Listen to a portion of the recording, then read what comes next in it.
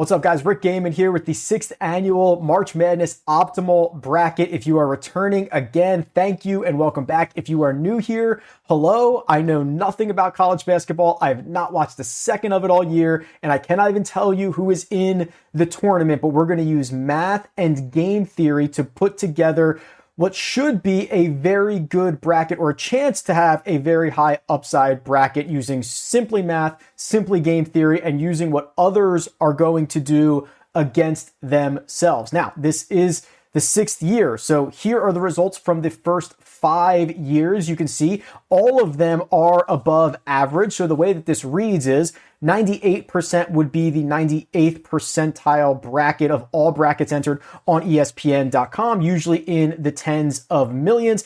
Last year with Arizona, we were in the 51st percentile, which is the worst that we have done, and that is still better than average. The one thing that is always going to go bad for us is if the most popular teams go to the Final Four, if they go to the national championship, or God forbid, if they do what UConn did last year and win the whole thing. They were the most selected champion last year at about 25%. Purdue was the 3rd most selected champion at I believe it was 10%. Yeah, 10.1%, and they were very, very popular, those two teams, to not only go to the Final Four, but of course to meet in the national championship game, and of course UConn wins the whole thing. So when this happens, I say it every year, once every 4 or 5 years, when the favorite comes through, we are probably going to get wiped out, and that is exactly what happened last year. Still had a slightly above average bracket, but we'll go for much more this time around. Now, there's 3 real pillars of how this works. I'm going to show you the strategy and how to deploy it, and how to understand the value of how the round scoring works and all that fun stuff. And then I'm going to show you, or give you access to, the tools to be able to execute this or make any tweaks that you might want along the way. And then for the 3rd pillar, I'm going to give you a place to play, a place to go win cash on this. We did it last year. It was with great success. This is becoming now an online March Madness. There's Survivor. You can obviously put your brackets in online, all that fun stuff. This is not for you if you just want to pick the chalky teams and pick whoever the favorite is going to be, I don't even know yet, to win the whole thing. This is not going to be for you. You're gonna hate this. If you're only playing against 4 or 5 of your buddies or 19 people at work, this might not be for you either. This is a strategy that takes little small edges all the way across the board as much as possible, and we try to add it up and roll it up over the course of the entire tournament, and hopefully things fall into position where we can get those big points later with our leverage in the Final Four, our leverage in the championship game. So without further ado, let's jump into the bracket. Let's jump into the spreadsheet and talk about what in the world is going on right now. As I pull up this bracket, go ahead and like this video for me. Hit subscribe if you like data stuff like this. I cover golf for a living, but once a year I step out of my lane and do the March Madness bracket. So if you could like the video, goes a long way for me. All right, let's do it. All right, here it is in all its glory, the bracket. I actually don't know why I'm looking at this. This means nothing to me and I don't care about it. This is it in all of its glory, the spreadsheet. The spreadsheet that we're going to use to make all of our decisions. The link is in the description. Do not ask for access to this. Don't click, oh, share with me. No, here's what you can do. If you go down to the bottom tab and right click on any tab that you want, or all of them, and do a copy to a new or existing spreadsheet, you can put this into your own Google Drive. I'm not going to do the access game. It's just crazy. But you can take this whole thing and put it in your own drive and have fun with it. All right. So here's how this works. And if you've been around for the last couple of years, you know how this works, but let's get a little bit of a refresher. I kind of need to refresh myself as well. And also there are differences with this year. You'll also see that there are a couple more columns, and I had to source the data from a variety of places. So the strategy is this. March Madness is a unique opportunity to know the likelihood of an outcome happening, each team to win a game, advance to each stage, and the selection of your peers, or the selection rate of your peers. It is very rare that we get both of those things before the start of an event.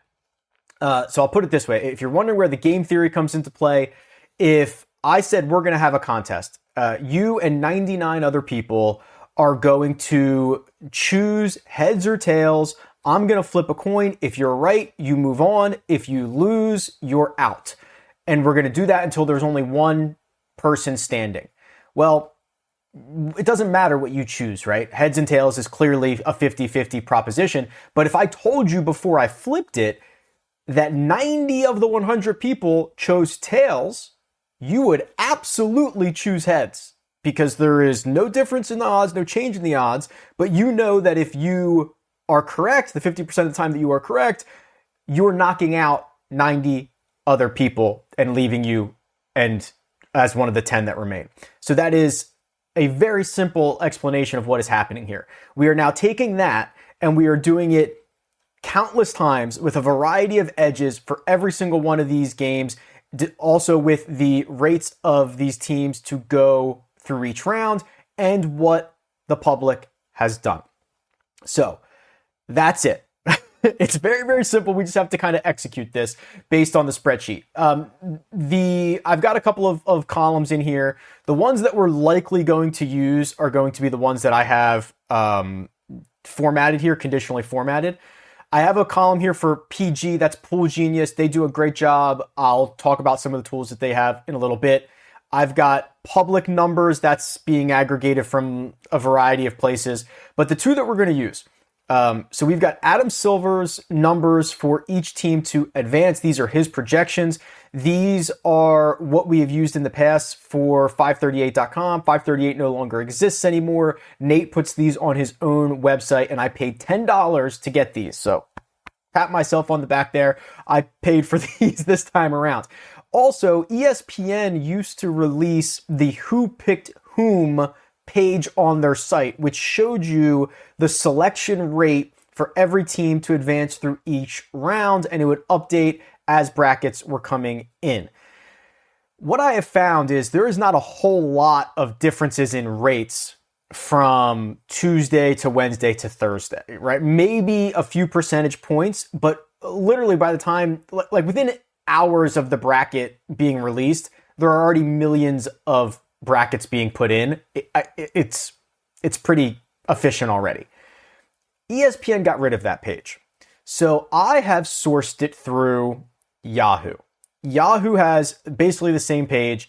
It tells you the pick distribution of their users for each one of the rounds. Okay, so that is what I've done. And through the magic of Excel and VLOOKUPs and reference sheets, this beautiful spreadsheet has been created.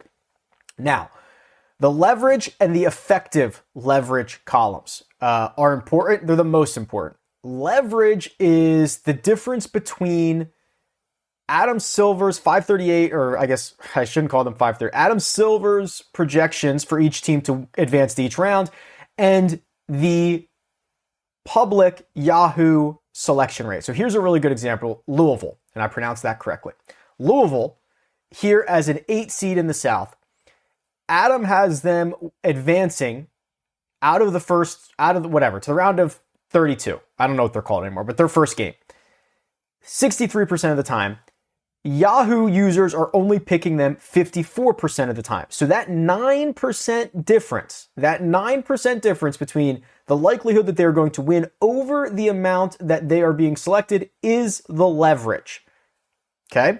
Now that can be negative. That can be negative leverage. For example, Illinois is a very popular selection in their first game.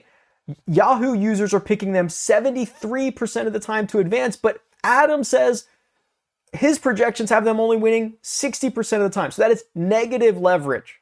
We try to avoid negative leverage and we embrace the positive leverage. Now, as this has evolved over the years, you can't just look at the raw leverage number because, having a team that wins 99% of the time, but's only being selected 70% of the time is 20% leverage. And so is a team that's only going to win 30% of the time that 10% of the public is selecting. So that is where effective leverage comes into play, which is basically a very simple calculation to say, does this matter? Right? What is better? Is it better to have a team that is 88% to win, but being selected at 85%, or a team that is 71% to win that is being selected at 69%, right? Like, that is where the effective leverage comes into play. So that is what we are going to use. I was also toying around with this column, which is the points EV, which is based on the amount of points that you would receive for each one of these wins in the bracket. I didn't really like the path that was going, so I'll probably just ignore that for now. Speaking of which, knowing the scoring is like, this is the thing that blows me away, that people don't understand how the bracket is scored. So if you get an opening round game correct, that is worth 10 points. That's like nothing. If you get the national champion correct, that's worth 320. So picking the national champion is worth 32 correct games in the opening round. So here, this happens every single year. The very first day, we're going to go like 5-16 or something like that. And someone's going to, like 10 people are going to come back and be like, you idiot, you're a moron, you don't know what you're doing. As long as your Elite 8 teams, your Final Four, as long as you're alive, you are good. Because the exponential increase literally doubles every round of points. This is a game of attrition. Stay alive, stay alive, stay alive. These opening round games do not matter as long as your teams are alive. So it goes 10 points for the opening round, 20, 40, 80, 160. If you have the national champion, it's 320. So that is where you really pick up a lot of ground. And as long as your teams, as long as your Elite 8 and your Final Four teams are alive, the rest of it doesn't really matter. You still have a chance of putting together a very, very high ranking bracket. Now, many people like to start here. Oh, well, I'm just going to advance Auburn, then I'm going to advance Louisville or Creighton or whatever. It doesn't matter. You don't start with the opening rounds. You start with the national champion. That is the most valuable selection you're going to make, and is the one that you want to make sure that you have the most leverage on. So I am simply going to let me collapse a couple of these columns here so that we can get all of this in one spot. And okay, maybe I can zoom in a little bit. Maybe. Okay. I have not looked at this yet. We are looking at this together for the very first time. I don't know what teams are involved here. I need to get a feel for what is going on with the math. This is literally the first time I'm looking at this. So let's see who the favorites are. Okay, so Duke is the favorite. They're going to win this thing about 18% of the time. Houston, 15%, Florida, 13%, Auburn, 11%, and then there's a drop-off. So it looks like there's a big four. They happen to be the four number one seeds. Probably no surprise there. There's not I remember in past years there would be like, I think UConn was like 25% to win. I think Gonzaga one year was like 30% to win. Something outrageous, right? This looks pretty even at the top. So again, to put this into perspective, Duke is only going to win this tournament 18.5% of the time. And everyone's going to say, but Rick, I have to pick them. They're most likely to win. Kind of. They are the most likely single team to win, but the most likely outcome is that they do not win. Over 80% of the time, they are not winning March Madness, right? They don't call it March Mundane. They call it March Madness. So looking at the leverage already, and I can imagine, you probably can't pick Duke here. Right, to win the national championship game. They're always a very public team. They have a big following. Everybody likes clicking their name. I don't really know much about them, but it seems like they are going to be highly selected. Let's see what else we have here. You also look at, things that catch my attention here are Gonzaga's an 8 seed, but Adam Silver has them as the 13th most likely team to win at 1.3%. So did they get hot at the end of the year? Did they get a bad seeding? I don't know. Maybe they had players that were injured at some point and now they're back healthy and they didn't get a good seeding, but their chances to win the tournament are higher. Wisconsin would be the opposite of that, right? They're a 3 seed, but they have a lower chance of winning than than the other 3 seeds, some 4 seeds. Gonzaga did someone on their team get injured? Is there like, were they trending in the wrong direction? Maybe they got off to a hot start. So that stuff to me, I'm looking at here just to kind of get a feel for what is going on. Now, let's turn this around and look at the effective leverage here. Okay. So right out of the gate, we've got Houston as pretty significantly the best leveraged national champion. They are being selected at a mere 8.5% on Yahoo, and it is probably close on ESPN. ESPN does have, 8.4. So good. That makes me feel better about these Yahoo numbers. ESPN does show you the most picked champion, and they also show you this people's bracket, but it's not really the same. So, okay. So, wow, that's pretty good. So Houston would be a very good selection. We'll note that. Alabama would be the next best. They are going to win this 5% of the time, and the public is only selecting them 3.3. Tennessee would also be pretty good, Texas Tech. And then I think there's a pretty good drop off there because now you're getting into teams that have less than a 2% chance of winning this. So I think I see where this is going, that we're probably going to have to pick Houston, but I'm not ready to commit to that yet. But that would make a lot of sense. So if we then sort this by... I want to go back to Adam Silver's numbers. So of the 4 teams that have at least an 11% chance of winning the entire thing, every other team but Houston, so Duke, Florida, and Auburn, are all being overselected.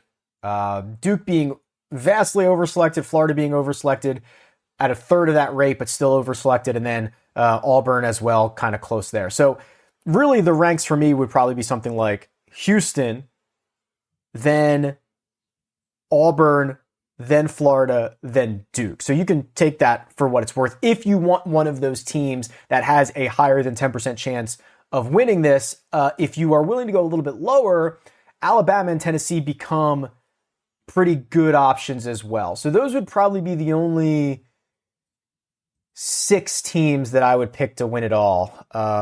Houston, Alabama, Tennessee, or the other 3 1 seeds, even though you're getting bad leverage. So this is pointing towards a Houston situation. Now, what I also want to do is this. I want to look at the regions here. So I want to sort this by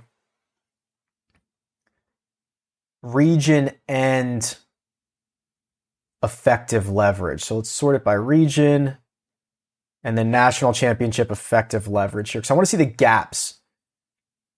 Or actually, sorry, I did not want to do that. I wanted to do this and Adam Silver's numbers. I wanted to do region and then Silver's numbers. Okay, so the difference between Duke and the next best team in their East region is Alabama. It's about a 13% probability of them winning the national championship, and then it goes down to Arizona at 1.4. So that drops off pretty quickly. Midwest is kind of similar. 15.6 for Houston, 5 for Tennessee, and then 1.3 for Gonzaga, and then Clemson at 1.4. So the East has 4 teams with a 1% chance. The Midwest has 4 teams with a 1% chance. Similar drop-offs there. The South is 11.8 for Auburn, 3.6 for Michigan State, so that's only about, 8% difference. Iowa State, 1.6, but they only have 3 teams that are over 1% to win the national championship. And then what is going on in the West? The West looks like a gauntlet, doesn't it? You've got Florida, so you have a similar drop-off here from Florida to St. John's, 10%, but then you have a third team at 3%, so 2 teams at 3% instead of 1 team at 5%, and then Maryland at 1.8. So they have 4 teams in this region with a 1.8% chance when, oh my goodness, the West. Okay, so the West looks like a gauntlet, which makes me nervous about Florida getting out of it, and also Florida's effective leverage being the second worst of these teams makes me think Florida's probably could go out of this thing early. So we're going to have to, or earlier, we're going to have to bounce them at some point. But that is a very interesting rate right there. Okay. So I guess we can start getting to work here a little bit. It appears we are going, the only thing I don't like about Houston, I guess there's 2 things. Tennessee is one of the other really good options to win the whole thing. Not nearly as good. They're going to win it a third of the time compared to Houston, 5% to 15%, but they are a really good value play. So I don't love that they are in this region. I also don't love what's the deal with Gonzaga? Why are they an 8 seed with one of the better leverages and a really high? Maybe they have guys come. I assume it's coming back from injury. Maybe they got a bad seeding or something like that. But that worries me. The rest doesn't. Everything else looks pretty good here. Midwest. Yeah, I mean the West looks very difficult. The Duke looks like they got a very good draw to me. But they're going to be very highly selected. The Midwest isn't. Oh, that's the one we're in. Midwest, Houston. Yeah, sure. South looks a little bit weaker too. Okay, wow. Okay, I think we're going with Houston here. So I feel like we picked Houston a couple of years ago. How did that work out for us? I don't remember. All right, so let's advance. Let's advance Houston. We're just going to take them all the way, and then we are going to have to figure out who they play in the Final Four and the national championship and all that stuff. So next we'll pick our other team to get to the national championship from the other side of the bracket, obviously. So we need it from either the South or the West region. So we'll do South or West region. We're here now on to make the championship. We're going to sort by effective leverage. Interesting. Actually, you know what? Let me sort this by Adam Silver's numbers for a second. So Florida and Auburn, the two most likely to get to the championship game. Of course, they're being selected at a very high rate. Yeah, that's pretty high. Michigan State would be a decent option, but they are now a third as likely as Auburn to get there. See, the West, I mean, you could almost have Florida going to the national championship game. Their leverage is not great, but you're going to have to, they're probably a losing leverage play the entire way. You just have to decide where they're going to go out. This is really fascinating. So I think we agree that we probably have to bounce Florida at some point here. So the next best team from the West, though, actually let's start with the South, because I think the South is interesting. So you've got Michigan State here, which is about even in terms of effective leverage, a small negative for us. Or you could go down to Texas Tech and get a small positive of effective leverage, but St. John's is in there as well. But here's the thing. So St. John's and Texas Tech, to get to the national championship game, are literally only separated by 1%, and one of them you're getting leverage and one you're losing on. It's a little bit closer on Michigan State because you are getting the team with the highest likelihood of those three to get there, and it's like the tiniest bit of effective leverage, and that is assuming you go off of Auburn, which let's go see where Auburn stacks up for the rest of it. Like, is there anywhere that we can get positive effective leverage on Auburn before we get them out of here? And the answer looks like kind of no. It's the same problem we're going to have with Florida as well. So I think what we're going to do here is I'm going to take Texas Tech. This is pretty open. The thing that pushed me over the edge is I just don't think we can take Florida. It looks like a really tough region, and sue me, right? Maybe they get to maybe they get pretty far, but they can't. We got to take our edges somewhere, and that's a pretty big edge to leave on the table. The other thing is, instead of St. John's, so St. John's has to go through Kansas, which is, they're a very highly ranked, decently leveraged, or at least evenly leveraged team, which is good for them. So St. John's would have to go through Kansas and then Texas Tech, and then I guess technically Florida at some point, or whatever, to get to the championship game. Yes, Texas Tech would have to go through Maryland and or Florida at some point, but they are actually kind of better leverage plays and more likely to get there than Maryland is. I just think the gap is better for Texas Tech considering the leverage than it is for others. It's very close though. I would not beat you up if you wanted to go a different route, but we're just going to roll with Texas Tech. They do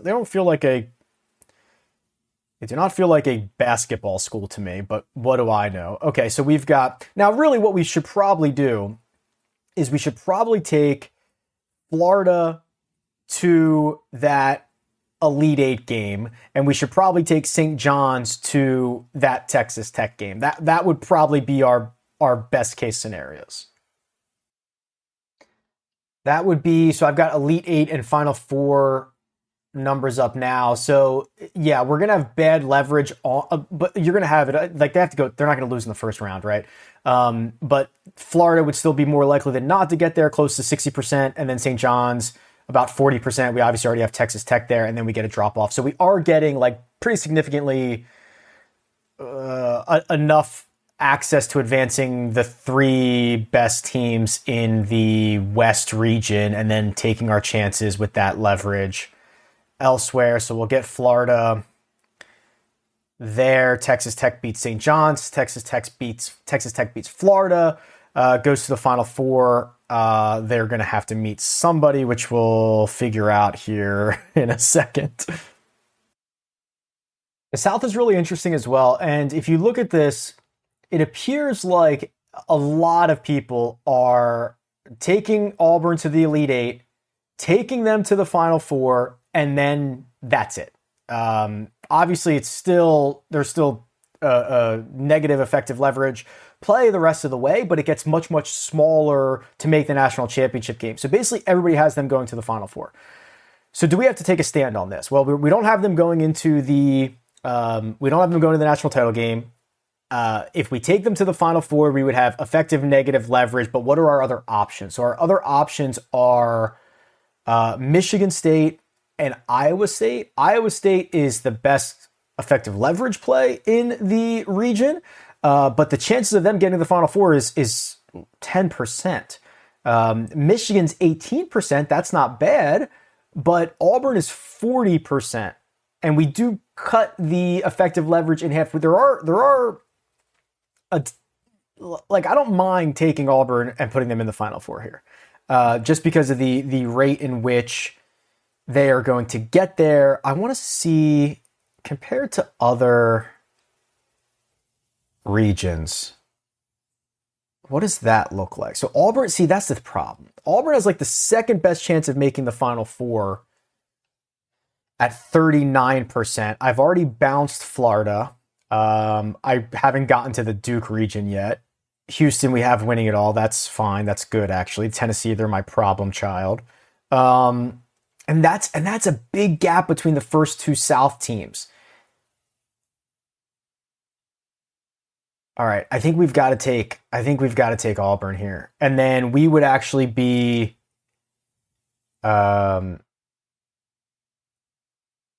somewhat in line with the field here, which I think is going to be okay.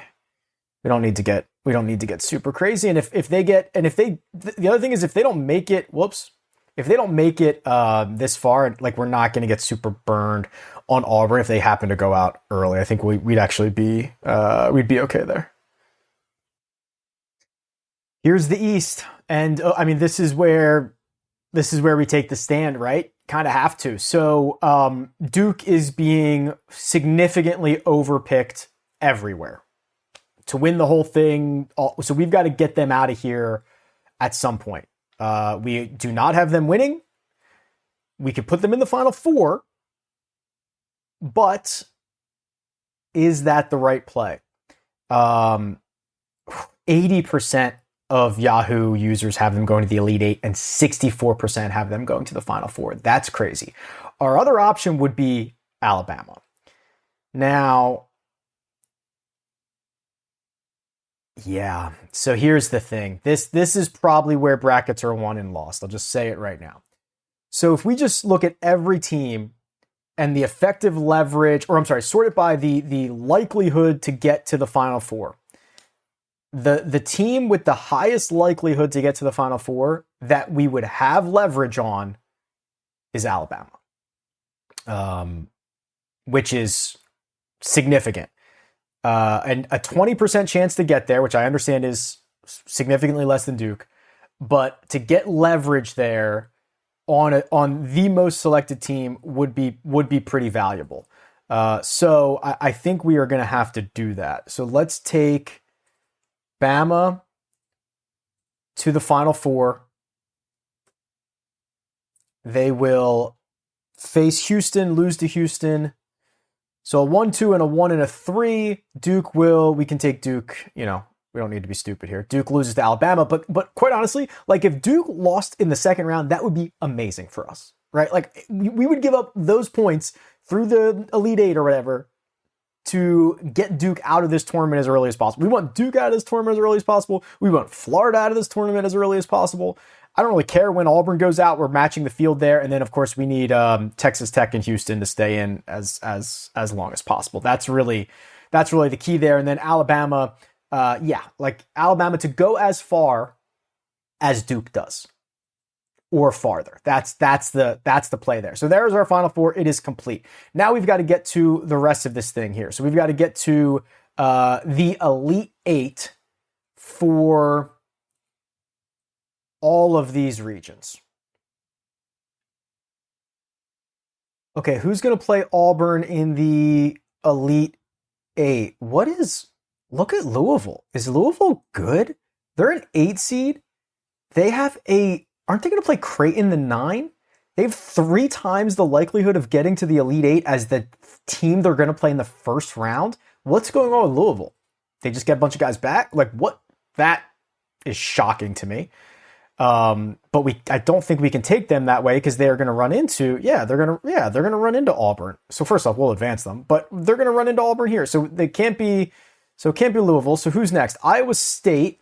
Oh, that's pretty good. So Iowa State is the 3rd most likely team to get to the Elite Eight, and there is a pretty good chunk of effective leverage there. Auburn and Michigan State, the 1 and the 2, just way too much.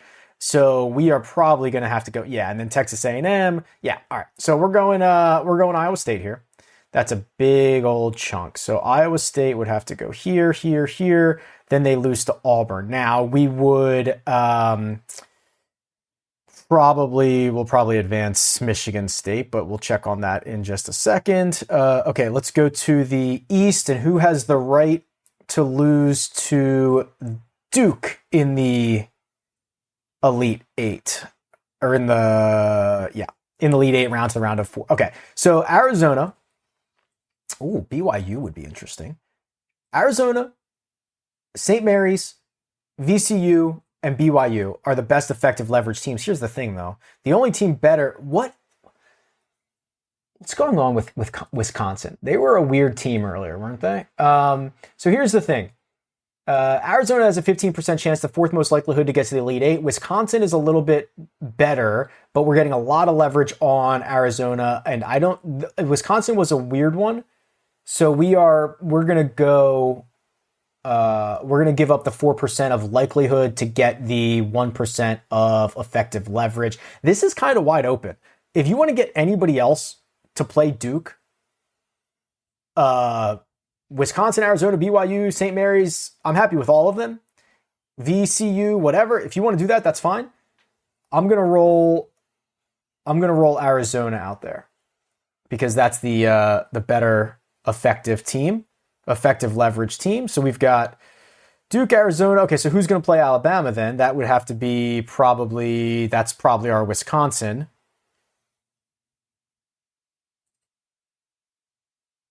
Right? 1, 2, 3. Yeah.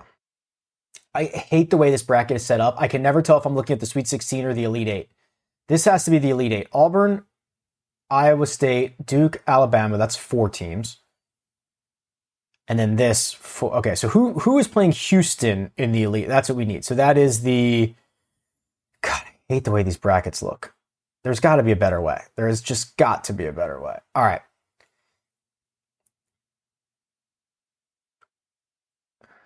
Elite Eight. Wow. 2 big teams to get there. Houston and Tennessee. Is that possible? I think it's got to be, right? Because it's the 1-2 seed. Yeah, we might just have to chalk that side up because look at the rest of this. So here's the thing.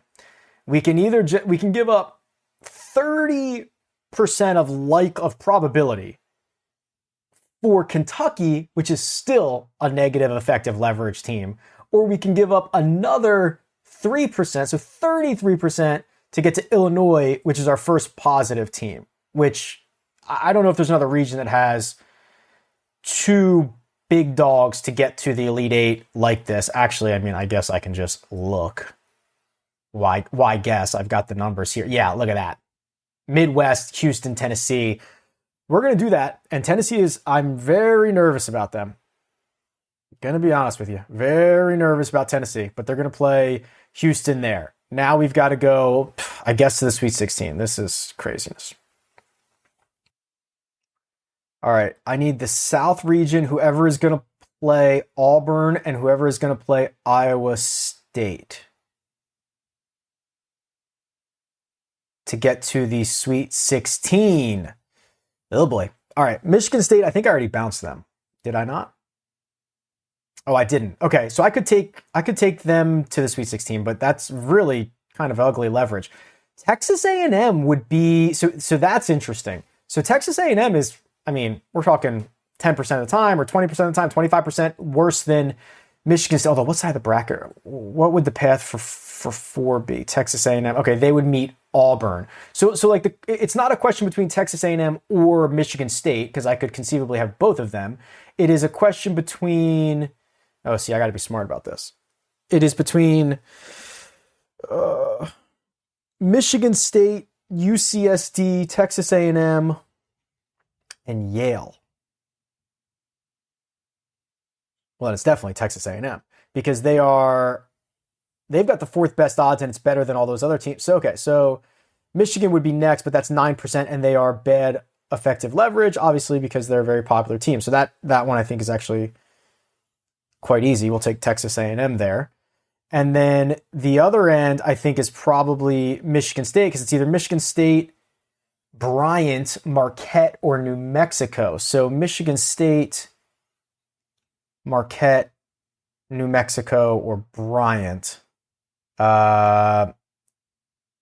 Marquette's not bad because you'd get 22% of the time they get there and you're going to get leverage. Michigan State gets there 3 times as likely. A lot of negative leverage.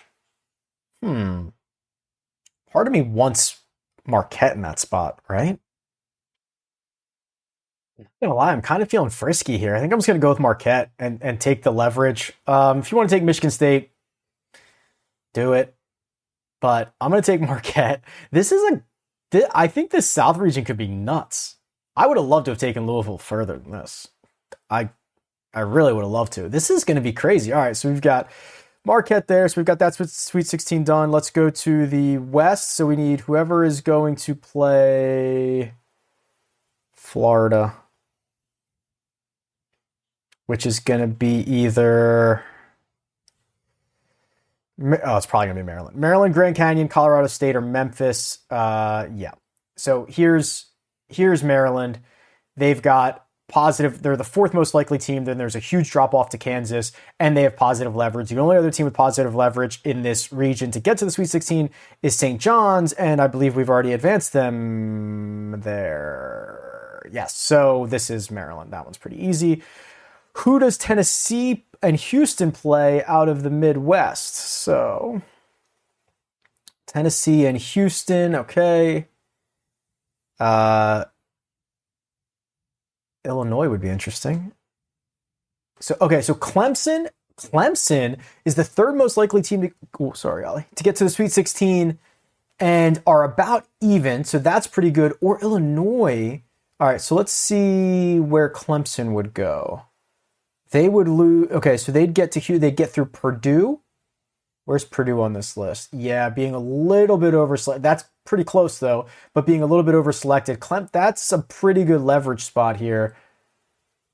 Oh, but Rick, they're going to lose to a 12. I know. It's a tough scene for me. That's a pretty good spot here. third most likely team with even leverage, I think, is better than basically the sixth most likely team for 2.7%. All right, I think that's the play there. And then who is going to play Tennessee? Is it? Oh, that's probably Illinois then, isn't it? Because that's your big leverage play, and they would not have to beat. So, oh God, why am I so bad at this? So it's either Illinois, the winner of that game, Kentucky. Where's Kentucky? UCLA.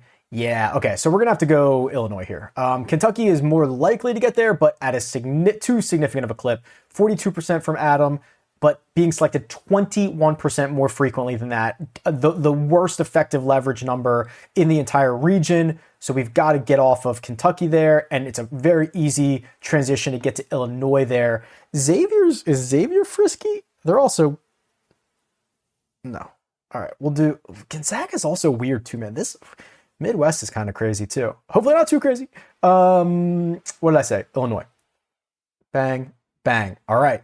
So now, if I've done this, oh no, we still need whoever's going to play Alabama in the, God, what region is that? East. So who is going to play Alabama in the East? Good question. Our options are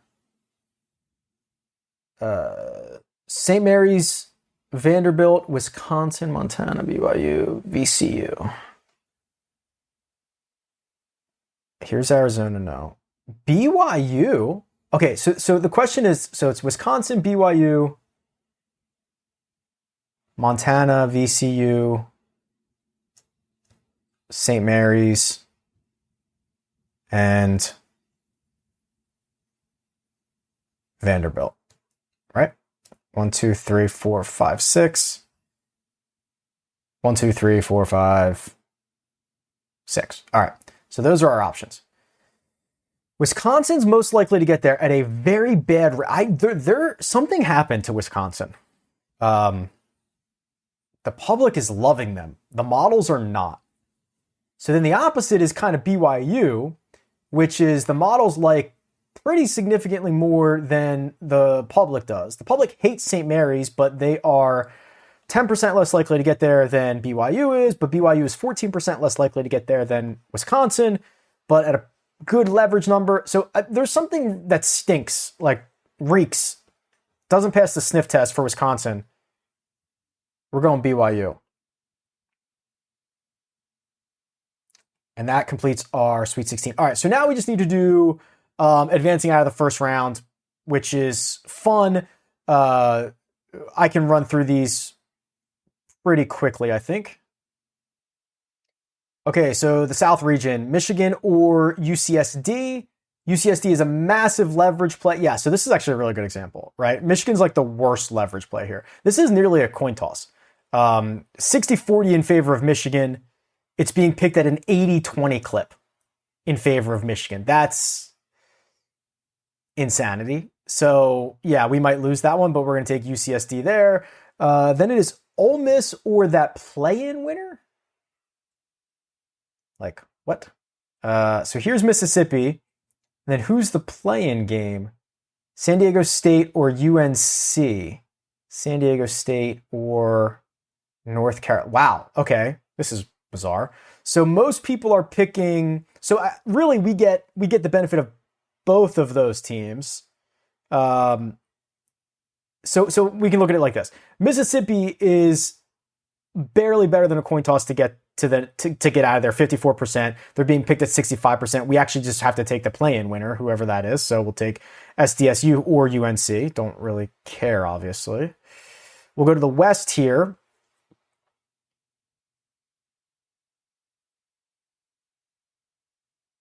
UConn and Oklahoma. Here's UConn. We're going to have to probably take UConn.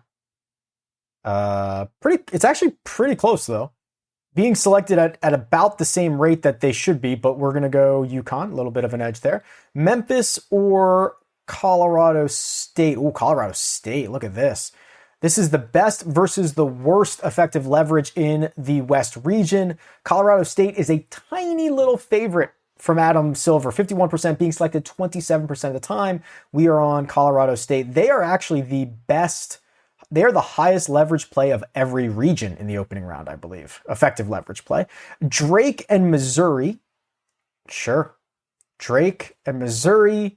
We are going to be on Drake. 41% to win, being selected 38% of the time. We will take those all day long. Kansas and whom? Arkansas. We are on Kansas. They're a pretty heavy favorite and actually not being selected in that way. Why does everybody love Arkansas? Okay, let's go to the Midwest. Gonzaga, Georgia here. Something very bizarre is going on with Gonzaga. I don't know what it is. They are the higher leverage play, although both of them are pretty good plays. That's a very good toss-up. We are going to take Gonzaga there and hope that nothing fishy is going on. Purdue versus High Point. High Point is the best leverage play. However, I'm a little bit nervous about that. High Point to win 28% of the time. That is probably a bridge too far for me. We're going to take Purdue, though. If you want to take High Point, I don't mind it. Kentucky versus Troy. Troy, yeah. See, the problem is they're only winning 16% of the time, so we're going to take Kentucky's being well over selected, but we're going to take them anyway because there's probably too good to pass up. UCLA and Utah State. This one is a Utah State. See, this is probably like right where I get on the border, right? UCLA wins this. We should probably just take UCLA. They win it 63% of the time, and it's being picked barely above that. We should probably just take UCLA. If you wanted to take Utah State there, I wouldn't beat you up over that. And then finally, we are going to go to the East region and see Baylor or Mississippi State. Probably Mississippi State. That is correct. Oregon or Liberty. Liberty. Oregon or Liberty. Oof, God, everybody's picking Oregon. I hate that, but they're 75% to win. These are the tough ones. How frisky you feeling? Whoever it is has to lose in the next round anyway. So we'll take Oregon. Wisconsin or Montana. Something very fishy about this Wisconsin team, but they're going to win it 90% of the time. I'm taking them. And then St. Mary's versus Vanderbilt. St. Mary's is the best effective play. They are the favorite and only being selected at about a coin flip of St. Mary's. So I believe that's it. That is the bracket. Now, I'm not even close to done yet because I've got tools to show you because this is just my bracket. You know, this is just like, I'm going to put this in. I'll actually submit it before I forget. I'm going to put this in on ESPN, and that's going to be it. And I'm going to try to beat like millions and millions of other people. You might be playing in a smaller pool, a smaller league. You might be playing, with different kind of rules and scoring systems. You might want to have a little bit of say in this. So let me show you a tool that, like, if you don't want to just spend like the last hour like I just did, and maybe it'll take you longer, there are really good tools out there. Then I'll show you how to get into a contest here. So the absolute best tools are on Pool Genius. I work with these guys for golf stuff. I consult on a golf tool for them because that's what I do full time. But they are the best at this. So they've got these great tools where you can kind of see everything that's going on with each game. You can then choose your bracket that way. They've got write-ups about every team and matchups and like all this stuff that was very helpful to me. They've got the data grid, which I probably don't want to show too much. They'll probably beat me up for that. The round odd, like all this stuff is very, very helpful. And they release it on a schedule throughout the week and it tells you when it's all going to come out. So I love this. The thing that is most important about this, and I say the same thing about the golf one and done tool as well, is that you get custom suggestions for your bracket, right? So like if you're in a work bracket, right? So let's say, work bracket. You would come in here and say, okay, there are 50 of us. Well, big difference between a 50-person pool and a million-person pool. Okay, how many prize payouts are there? 5. So you put all this stuff in here, right? Let's say work gives out $1,000 for the winner, whatever, right? You plug in what the prizes are. That way it knows how much risk and how much it should try to get you into those spots. And then this is what I love. Does it include the play-in games? No. What's your scoring system, right? So now you're getting custom. Do you get bonus points for picking up sets? Now you get custom selections based on your pool details. Okay? So, great. Now when these brackets come out, you're going to be able to see them. Now I want to show you, because I believe I have this from possibly last year. What it does is it'll ask you things like, what do you want, right? Like, do you want a chance to win? I remember last year it was like, give me the best chance. And it was like, I think it was honestly UConn versus Purdue. And then it was like, oh, you want to get like a little bit frisky. Okay, well, that's a different level. And so it gives you a lot of options. And then the other thing is, if you are in, let's say you're in one bracket, like say you're on ESPN, you're putting in 25 brackets, it'll tell you how to distribute those selections. So it's a really, really savvy tool that gets better all the time. And I would not mention it if I didn't appreciate these guys and the work they do. Because I have the relationship with them, they give us like the best discount you can get. I had it last year too. The link's in the description. I think you can get up to 50% off depending on what you get in on. But I got so much good feedback on this last year. People saying, wow, I didn't know about this, really appreciate it. So it is a really, really solid set of tools. The final thing to consider here is the Pool Genius tool that I even like more, which I like them all, but I like this one even better, is for Survivor. So I come from golf. Golf one and done is like, that's the biggest thing, and it's growing. I mean, it's blast off, rocket ship stuff. NCAA Survivor is on a bigger path than that. So basically you choose a team, like NFL Survivor, right? You win, you advance. So you choose a team. If you win, you advance. But the strategy of knowing the future value, you're trying to pick a team that is valuable right now, that has no value moving forward, and then how long you can go. And this has spawned massive, massive contests. Like there's one, I'll show you more in a second, but there's this one on Splash, which I work with Splash to get all of our, this is where we host our run and done stuff. They do a great job. They're going to give away $1 million. $1 million guaranteed. Someone's going to win $1 million, or whoever is left standing is going to split this $1 million, which is absolutely crazy for a $100 entry. That's nuts. The link is in the description. I'll show you that in a second. But I played this last year. I had a blast, and this was probably the thing that was most talked about. So this is where, and I went deep last year, and I actually, oh my God, I went very deep because I remember playing Purdue late.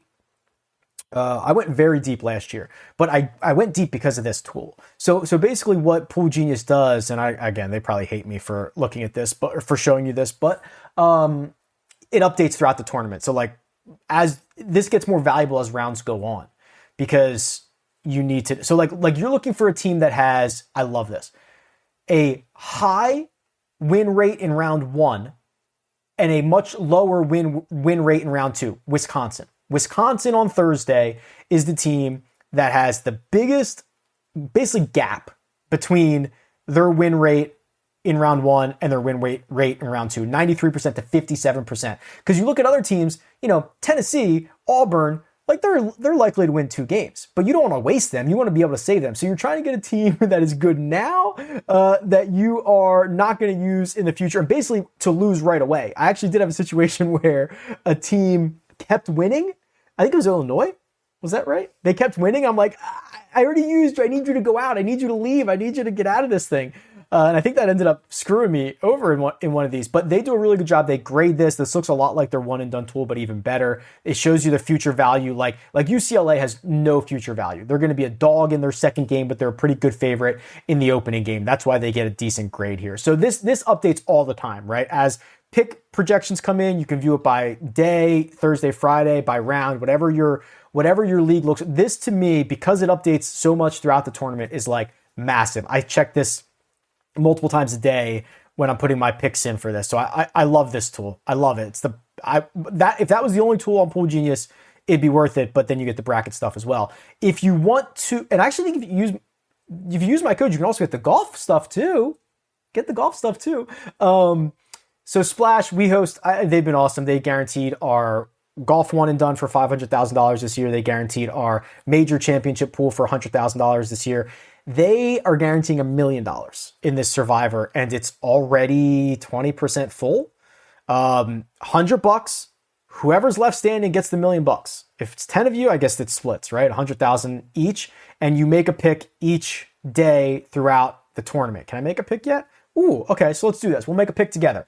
So, actually, let's go back to the Survivor tool. I mean, Wisconsin, right? That's the best play. They're a 3 seed, and they're going to, again, like I said, something's very fishy about them. I don't know what it is, but something is very fishy. So we're going to take Wisconsin. So this would be, let's see here. Wisconsin is here. Save pick. Boom. I'm in. Okay. I think I have another entry in this though, don't I? Do I only have one entry? I'll put more in, but yeah, links in the description. I also think if you use my link, you get an extra $10. I think the code is RickRG. It might be $50. It's whatever the best possible thing is, because I've got a good relationship with those guys. That's what it is. So, whew, everything you need is in the description. All the links to everything that you need is going to be in the description. I love doing that. A lot of fun. Fingers crossed for Houston. Fingers crossed for Wisconsin to win round 1. But yeah, I appreciate your guys' support. Good luck this year.